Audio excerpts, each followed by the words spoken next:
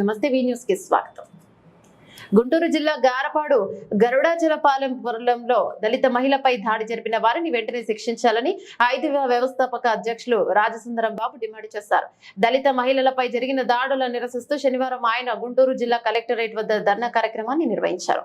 అనంతరం గుంటూరు జిల్లా ఎస్పీ సతీష్ కుమార్ ను కలిసి వినతి పత్రం అందజేశారు. ఈ సందర్భంగా ఆయన మీడియాతో మాట్లాడుతూ దళిత మహిళలపై దాడి చేసిన వారిని వెంటనే కఠినంగా శిక్షించి దళిత మహిళలకు రక్షణ కల్పించవలసిందిగా ప్రభుత్వాన్ని డిమాండ్ చేశారు. ఇటీవల జరిగిన సార్వత్రిక ఎన్నికలలో అధికార ప్రతిపక్ష పార్టీలు పోటీ చేయగా ఎన్నికల ఫలితాల్లో పంతం గెలిచిన పార్టీ అధికారం చేపట్టిన తర్వాత రాష్ట్రంలో ముఖ్యంగా దళిత మహిళలపై దాడులు జరపడం దుర్మార్గమైన చర్య అని దుయ్యబట్టారు. ఇక గరుడాచల పాలెం గ్రామంలో ఎన్నికల ఫలితాల తర్వాత 50 కుటుంబాలు ఊరు విడిచి వెళ్లాయని, కొంతమంది దళితులు వారి ఇళ్లకు రావాలన్న భయభ్రాంతులకు గురవుతున్నారన్నారు.